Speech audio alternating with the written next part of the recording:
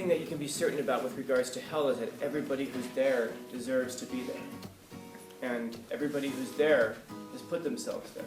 And that's true with regards to a literal hell. It's also true with regards to a metaphorical hell.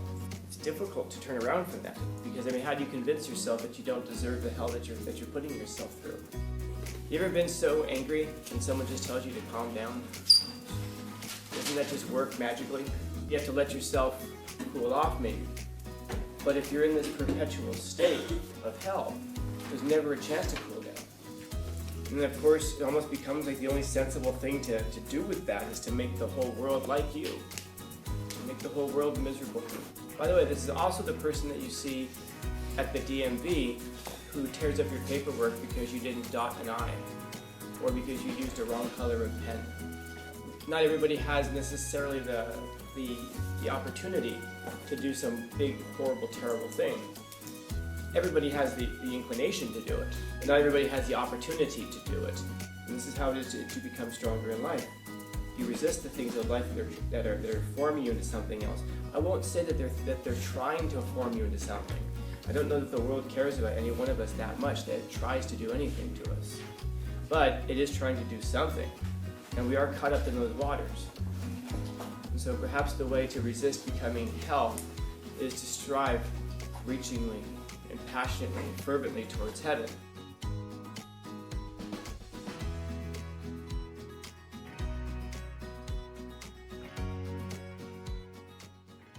It's still you, but it doesn't really feel like it's yourself at the same time. That's the one thing. It's actually an important point that when the work you do doesn't feel like you, then it causes a thing called alienation, self-alienation. It means it separates you from yourself. So that when you find yourself at work, it's like you're not even really working. It's like you're almost standing outside of your body, watching a person go through the motions of labor. And then afterwards you try to kind of drive home, but I mean, you really think about that. That's a big chunk of your life, man, what you do for work. Yeah, that's why it's worth considering what the value of work is. In one of my classes, we look at an essay. It's not this one, of course, but it's called Why We Need to Work. And it kind of goes over this idea that work gives us more than just money. Work is something that, like, at the end of all of it, you can sit there and go, oh, neat, and I get paid.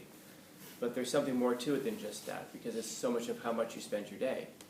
So the question becomes, how much is your life worth? 8 hours of your life a day worth? And if you add that up over a whole lifetime, would you really take that amount of money in exchange for your life? If that makes sense. So like, for example, let's say that we told you that you were going to live for another, I can do the math easily, for another 24 years, let's say. And you're going to sleep for 8 hours a day, and then you're going to work for 8 hours a day. And during that time, you're going to earn, say, X amount of dollars. Would you agree to be killed 8 years from now? If you didn't have to eat or sleep, you'd have to sleep, and you would be given that amount of money. In other words, would you exchange all those years for that amount of money? And I don't know. I wonder how many people would. And then I know that however many people would, when you got to the end of that 8 years, 7 years and 11 months, that you would look back on it and think, holy crap, I just traded the next 16 years of my life for that amount of money. Yeah. It's worth considering when we think about work. Or is there something more than just the money? Is the money a byproduct? Or is there something more that we can derive from it? Yeah. And then I know myself that I can't hold, like I can't constrain myself. And I say that like, one day, yeah, I'll probably become a drug addict.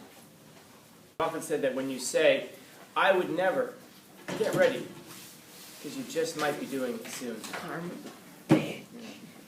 It was Jean-Paul Sartre who said that hell is other people. It means something a bit different, but I've always thought that hell is the people you could one day become. I mean, who could you become? I mean, there's a lot of possibilities, a lot of bad ones, and a lot of good possibilities. Yeah. What I wrote down was, everybody has experienced a bad day. And the feeling of being bitter, tired and irritable all the time, being unable to enjoy anything around you, it's hell. It's literally hell. Because if you're unable to experience even a little bit amount of joy through your day, that's a very, very hard way of living. And the most frightening thing about that is that people who are consumed by it and become their own hell, yet they still continue living like that. That is frightening. Why do you think people continue in it? Because they feel like they deserve it. So guilt. It's part of our tragic triad. Guilt. Yeah. People will continue in a hell that they think that they deserve. One thing that you can be certain about with regards to hell is that everybody who's there deserves to be there. And everybody who's there has put themselves there. And that's true with regards to a literal hell. It's also true with regards to a metaphorical hell. In other words, the hell that we put ourselves through, we've condemned ourselves to it. It's difficult to turn around from that, because how do you convince yourself that you don't deserve the hell that you're putting yourself through? And you're right, it is absolutely frightening, because when you look at the end of all of that, we seem to have a grasp on the idea that there's bitterness, contempt, resentment, and turning back away from all of that with really, you ever been so angry and someone just tells you to calm down? Doesn't that just work magically? No. No, so how do you do that then? So you have to let yourself cool off maybe. But if you're in this perpetual state of hell, there's never a chance to cool down. If you're always angry, if you're always miserable. And of course, it almost becomes like the only sensible thing to do with that is to make the whole world like you. To make the whole world miserable and sad. And then this is when you see people who commit atrocities on a grand scale. By the way, this is also the person that you see at the DMV who tears up your paperwork because you didn't dot an I, or because you used a wrong color of pen. In other words, not everybody has necessarily the opportunity to do some big, horrible, terrible thing. Everybody has the inclination to do it. Everybody has it within themselves to do it, probably, given the right circumstances. But not everybody has the opportunity to do it. It's one of those frightening things if you look at the person at the DMV who skips past your number because you didn't come up to the window in under 30 seconds, then sends you to the back of the line, and you go up there and you say, "You called me." And they go, "Well, you have to go back to the beginning." Something like that. What's the difference between that person and a Stalin? Probably opportunity. If you put Stalin at a DMV, it'd be interesting to see how he would behave. I just thought it'd be a really funny sitcom if you could create one where you'd have this mixture of worlds where half the show would be focused on El Chapo running a Dunkin' Donuts, and see how that would go. But he has to be El Chapo, but he has to live in the world as El Chapo, but at a Dunkin' Donuts in a corporate structure. Because people oftentimes will say, "Oh man, but think about those guys. Think about what they could have done if they'd gone legitimate and put their skills towards a real business." I don't think so. I think that their skill set is probably very specific towards that business. The other half of the show, by the way, would be if you took Bill Gates and you put him at the head of a cartel. Actually, that probably isn't too much of a stretch, given recent things. But imagine Bill Gates, as we thought of him 10 years ago, running a cartel. Why would we think that El Chapo would be successful at Dunkin' Donuts if we don't think that Bill Gates would be successful at a cartel? Because there's some overlap in skill set, but there's a big difference between the two skill sets. So what's the difference between somebody who commits significantly terrible atrocities and somebody who just tears up your application? Opportunity, probably. So there are a lot of things that you could one day become, if you're not careful.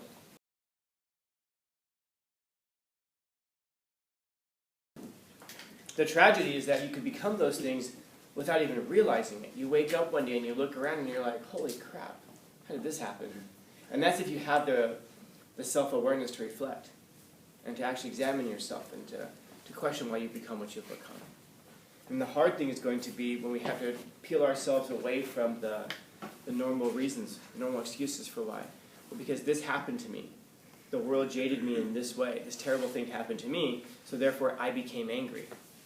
You know, I went through a terrible breakup, so I cut my hair.